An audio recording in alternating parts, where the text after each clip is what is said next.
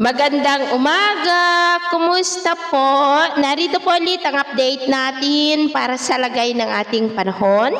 Ngayong umaga po ng June 19, 2026. Sa ngayon po ay dalawang aktibong sama ng panahon ang nasa silangan po ngayon ng ating bansa sa labas ng Philippine Area of Responsibility at tinawag po ang mga ito na Invest 92 at 93W. Ang mga ito ay wala pa pong epekto sa alinmang bahagi ng ating bansa. Easterlies o yung mainit na hangin na mula sa Pacific Ocean ang umiihip po ngayon mula sa silangan ng ating bansa. Ang habagat, gaya ninyong nakikita, ay hindi po ito ramdam sa alinmang bahagi ng ating bansa.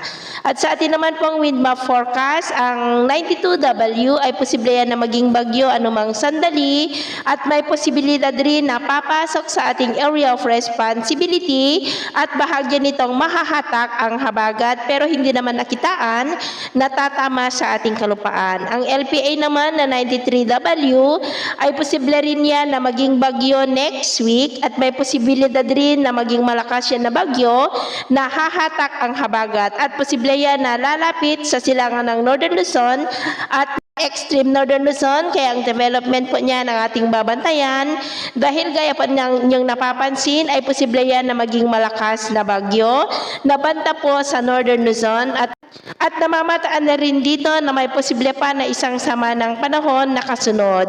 At ang susunod po na dalawang bagyo ay tatawagin po sa local name na bagyong Francisco at Gardo. At ito naman ay pinapakita ng forecast model natin pong ginagamit hanggang po sa susunod na 2 linggo.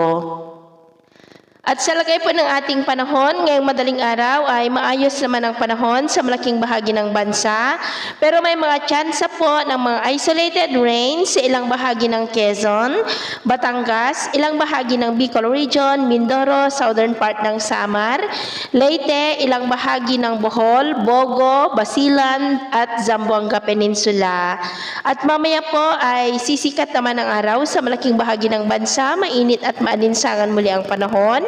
Pero may tsansa pa rin ng maulap na kalangitan na minsan ay may mga pulo-pulo na mga pag-ulan sa may southern part ng Quezon, ilang bahagi ng Bicol Region, northern Palawan, eastern Samar, Leyte, Dinagat Islands, Basilan at Zamboanga Peninsula. At mamayang hapon, may tsansa muli ng mas maulap na kalangitan with isolated rain sa may Ilocos Region, Cavite, Polillo Island, Marinduque, Bicol, Mindoro, Palawan, Visayas, Zamboanga Peninsula, Northern Mindanao, Surigao del Norte, Sorsogon at ilang bahagi ng Davao. Kaya mag-ingat po tayo sa panganib na dulot ng mainit na panahon.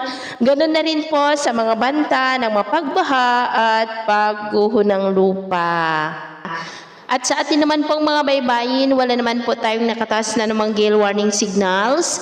Pero iba yung pag-iingat lamang po kung papalaot tayo para mas makaiwas sa mga sakunang pangkaragatan. So, yun po ang latest update natin sa araw na ito. At ako po muli si James na nagsasabing sa kahit anong pagsubok po na darating sa ating buhay, huwag na huwag po tayong mawawalan ng pag-asa. Thank you and God bless!